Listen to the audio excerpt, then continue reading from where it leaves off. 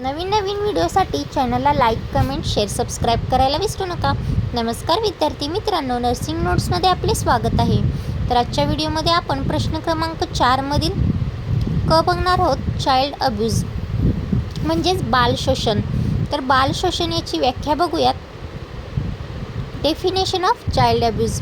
जागतिक आरोग्य संघटनेनुसार याची व्याख्या: 18 वर्षाखालील मुलाशी केले जाणारे असे कोणतेही गैरवर्तन ज्यामुळे मुलाच्या आरोग्याला, जगण्याला, विकासाला किंवा प्रतिष्ठेला प्रत्यक्ष किंवा अप्रत्यक्षपणे इजा पोचते त्याला बाल शोषण असे म्हणतात.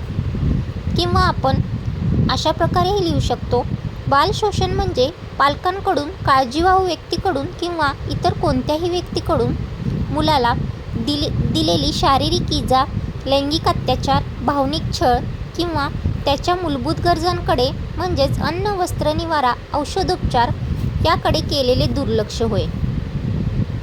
तर बाल शोषण नर्सिंग व्यवस्थापन कसे केले जाते किंवा कसे केले जावे? तर बाल शोषण ही केवळ सामाजिक समस्या नसून ती एक गंभीर वैद्यकीय स्थिती आहे.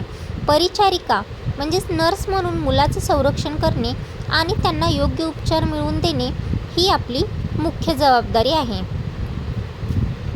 यामध्ये बघूया परिचारिकेची भूमिका काय असते.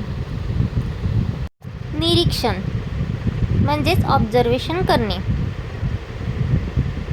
मुलाच्या शरीरावरील जखमा, निळे डाग किंवा जळाल्याच्या खुणा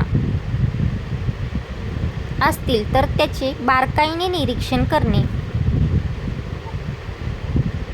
त्याचप्रमाणे इतिहास घेणे, हिस्ट्री टेकिंग, मुलाच्या पालकांकडून किंवा नातेवाईकाकडून जखमा कशा झाल्या याचा सविस्तर इतिहास घेणे.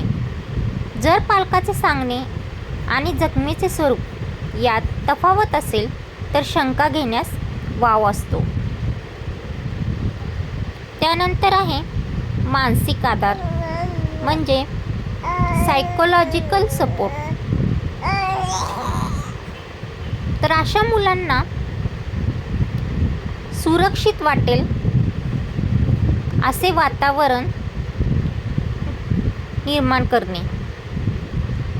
नर्सिंग मूल्यांकन बघूया. नर्सिंग असिस्टंटमध्ये करताना आपल्याला पुढील गोष्टी बघावे लागतील. त्यामध्ये आहे शारीरिक खुणा, फ्रॅक्चर, डोक्याला इजा किंवा वारंवार होणाऱ्या जखमा, वर्तणुकीतील बदल, मुले अचानक आक्रमण होणे किंवा अत्यंत लाजाळू शांत होणे, पोषण आणि स्वच्छता, मुलाचे वयानुसार वजन आहे की नाही, स्वच्छतेचा अभाव आहे का किंवा दुर्लक्ष केलेले आहे का याकडे लक्ष देणे. नर्सिंग निदान बघूयात.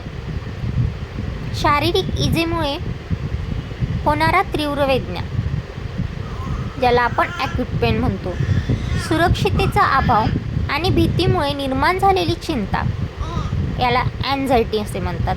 तर पालक आणि मुलांमधील बिघडलेले संबंध, इम्पेर्ड पॅरेंटिंग. त्यानंतर चौथा पॉईंट आहे नर्सिंग हस्तक्षेप, तातडीचे उपचार. सर्वात आधी मुलाच्या शारीरिक जखमांवर उपचार करणे, उदाहरणार्थ ड्रेसिंग, प्रथमोपचार. त्यानंतर गोपनीयता ठेवणे, मुलांची सांगितलेली माहिती मुलाने ती गोपनीय ठेवावी परंतु ती कायदेशीर प्रक्रियेसाठी नोंदवून ठेवावी. त्यानंतर आहे रिपोर्टिंग, संशयास्पद बालक शोषणाची तक्रार तातडीने संबंधित डॉक्टरांकडे किंवा हॉस्पिटलमधील MSW विभागाला द्यावी. शिक्षण, पालकांना मुलाच्या वाढीबद्दल आणि शिस्तीच्या सकारात्मक पद्धतीबद्दल समुपदेशन करणे. रिपोर्टिंग, संशयास्पद बालक शोषणाची तक्रार तातडीने संबंधित डॉक्टरांना, हॉस्पिटलमधील MSW विभागाला द्यावी. तसेच पालकांना मुलाच्या वाढीबद्दल आणि शिस्तीच्या सकारात्मक पद्धतीबद्दल समुपदेशन करणे. त्यानंतर पाचवा पॉईंट आहे प्रतिबंधात्मक उपाय, प्रिव्हेंटिव्ह मेजर्स. शाळा आणि समुपदेशनामध्ये गुड टच आणि बॅड टच याबद्दल जनजागृती करणे.